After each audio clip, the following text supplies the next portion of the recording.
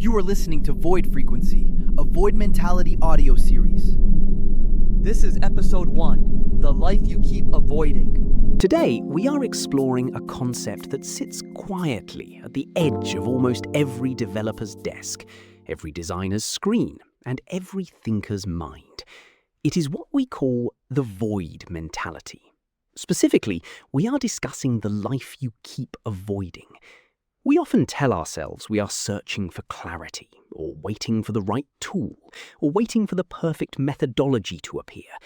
But what if we already know exactly what needs to change, and we are simply refusing to pay the friction cost of changing it? Let us bring in our first panelist to help unpack this. Joining us from Berlin is Marcus, a software engineer who has spent a lot of time thinking about these internal system architectures.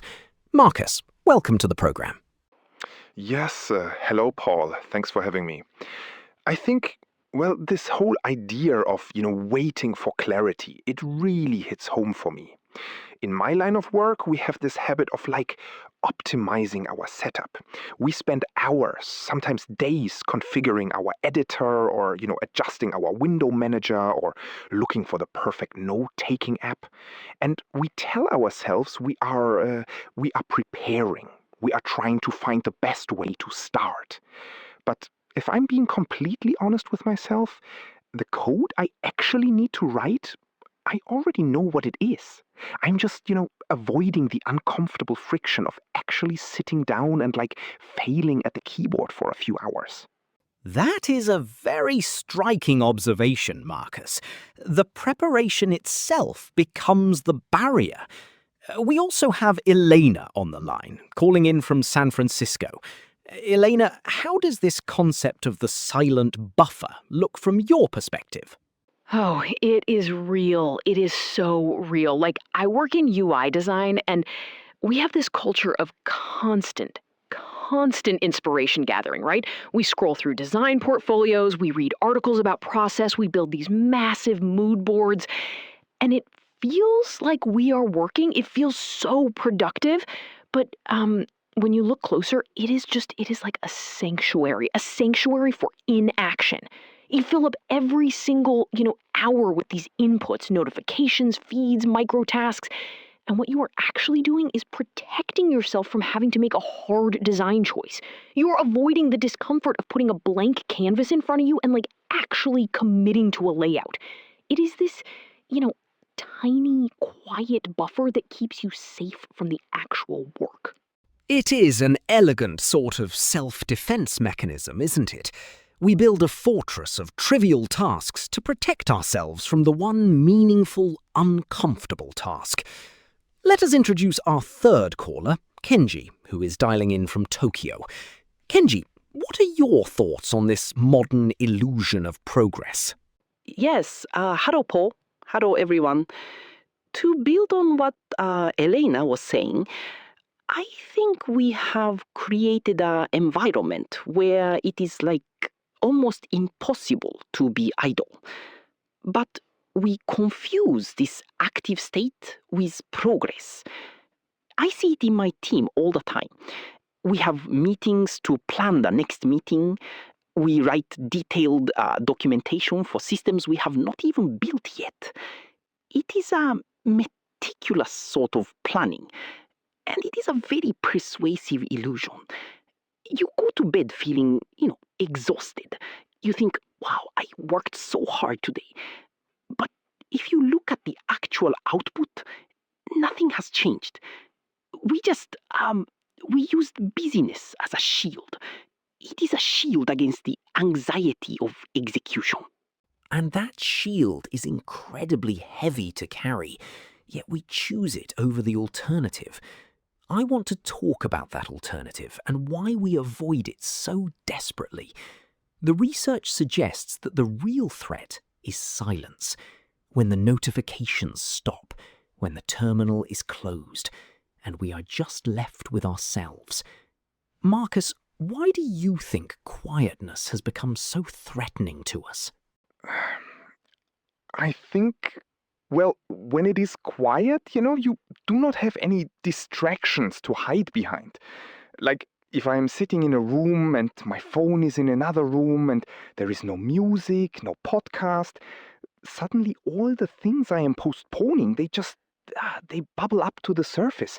It is like an internal accounting system. Your mind starts presenting you with the bills you have not paid. You think about like that difficult conversation you need to have with your co-founder, or the fact that you are not actually happy with the direction of your project. As long as you have a podcast running in your ear or like a YouTube video playing in the background, you can shut that voice up. You do not have to face the personal responsibility of it. Internal accounting. That is a powerful phrase, Marcus. Elena, does that resonate with you? This idea that we use background noise to drown out our own self-assessment? Oh, absolutely. I mean, I do this every single day. I cannot even wash the dishes without, like, having a video playing on my phone next to the sink. It is ridiculous, right? But if I do it in silence, my mind immediately goes to the things I am ignoring. Like, hey, Elena, you know you are not actually making progress on that personal portfolio. Or, hey, you are avoiding setting boundaries with that client. And it is uncomfortable. It is so much easier to just flick on a tech review video or a stream, and boom, the internal voice is gone. We think we are just like staying informed or keeping our minds active, but it is really just, a noise generator to block out the truth. Kenji, what is your experience with this in Tokyo? It is a city known for its constant ambient noise and high-tech environments. How does silence function there? Yes, it is very crowded here. Constant sounds. But even in our private spaces, we create our own noise. We keep the television on, or we scroll through social feeds while we eat.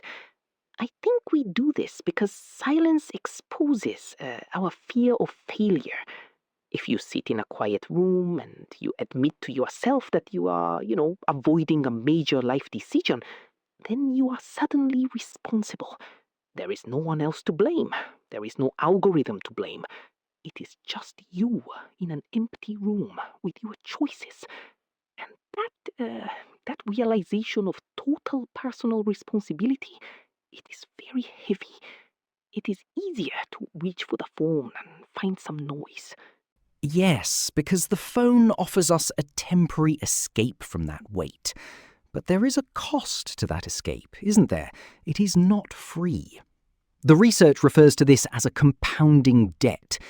Every time we retreat from a promise we made to ourselves, we pay a price.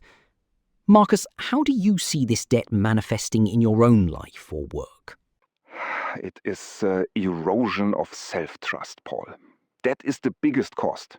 Like, if I promise myself on Monday, okay, tomorrow morning I will start refactoring that messy database module. And then Tuesday comes and I find some excuse. I say, oh, I need to check my emails first, or I need to clean my desk. And then I don't do it. If I do this once, okay, fine. But if I do it every day, for weeks or months, my internal credibility is just, completely destroyed. The next time I make a promise to myself, my brain does not even believe it.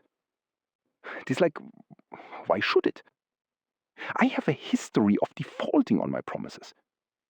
And that makes the next step even harder to take. The weight of the task just, compounds. Elena, do you agree? Does the discipline itself decay the longer we postpone these uncomfortable choices? Yeah, it is like Git conflicts, if I can use a developer analogy. If you push small updates every day, the merge is easy. But if you hold on to your code for 3 months because you're scared of the feedback, when you finally try to merge it, it is a nightmare. Everything is broken.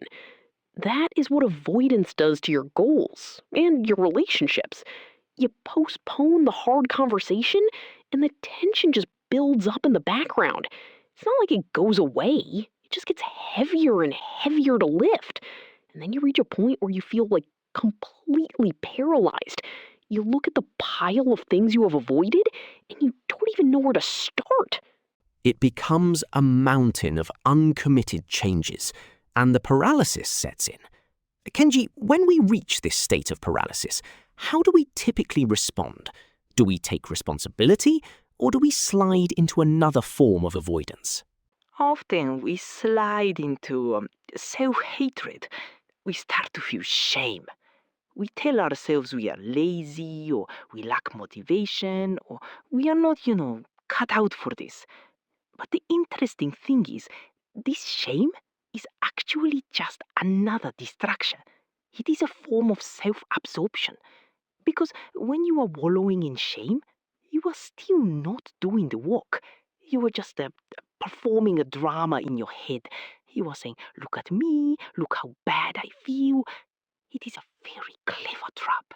It feels like you are paying the price because you are suffering, but it is a fake currency. It does not actually change the reality of the situation.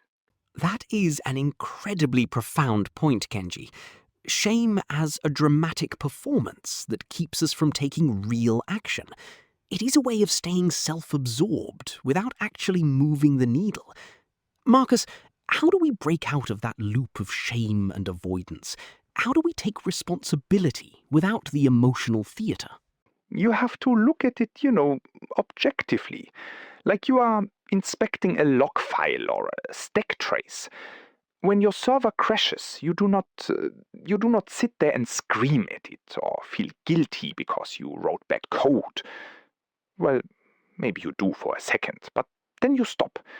You just read the error message. You look at the data. You say, okay, this is where it failed. This is the state of the system. We need to do the same with our choices. No drama. Just an honest, quiet assessment of what is. I avoided this task for 2 weeks because I was afraid of failing. That is the fact. Now, what is the next step? It is about removing the emotional performance and just, looking at the raw data of your life. Removing the performance, that is key. Elena, how do we translate this into a practical exercise? If someone is listening to us right now, sitting at their desk, surrounded by browser tabs and background noise, what is the first step? Honestly, you have to strip away the sanctuaries right now. Like, if you are listening to this, you probably have, 10 other tabs open, maybe some music playing, maybe Slack notifications pinging in the corner. You have to close them. Just shut it all down. Pick one specific, unambiguous thing that you know you have been avoiding. Not 3 things, not a 10-item to-do list, just one. And then remove the escape route. Put your phone in another room, close the browser, and sit there. Even if you do not start typing right away, just sit with the discomfort of the task. Do not let yourself run away to another productivity article or a YouTube video. Just do one concrete, uncomfortable action toward that postponed reality. One concrete, uncomfortable action. Kenji, how does that sound to you? Is it really that simple, or is it harder than it looks?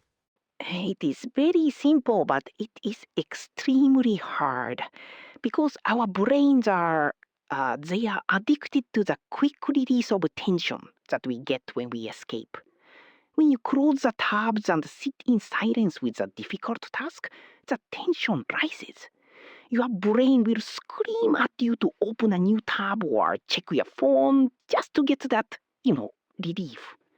But if you can resist that urge, even for 10 minutes, if you can complete just one small task, the relief you get is real. It is not the fake relief of avoidance. It is the real piece of having met the friction and passed through it. And that is the core of the void mentality. The peace we are searching for, the clarity we claim we lack, is actually waiting for us directly behind the very door we refuse to open. It is behind the single action we continually postpone. Yes, exactly. And We have to realize that this is a daily practice. It is not like a one-time cure. You do not just do this once and then you are suddenly a master of discipline. Every single day, you are going to face that friction. Every day, the temptation to build a sanctuary of busyness will be there. The question is just, are you willing to pay the price today, or are you going to add to your debt? Yeah. It is about building that self-trust back up, one small block at a time. Every time you actually do the thing you said you would do, you write a little bit of good code back into your own system. You start to trust yourself again, and that is worth so much more than the temporary comfort of scrolling. I agree. We must stop waiting for the perfect moment or the perfect feeling. The feeling of readiness, it does not come before the action. It comes after you have done the work. We must start in the dark. We must start in the dark. A fitting note to bring our discussion to a close. I want to thank Marcus in Berlin, Elena in San Francisco, and Kenji in Tokyo for their insights today. And to our listeners, as you return to your screens, take a moment to look at your tabs, your notifications, your quiet spaces. Identify that one thing you are avoiding. Close the loops. Accept the friction. Thank you for listening to AI Talk Radio. I am Paul, and this has been a quiet look into the void mentality. This has been Void Frequency, a Void Mentality audio series. Before you leave, ask yourself one question. What are you still avoiding? Explore more at void-mentality.com and subscribe for the next transmission.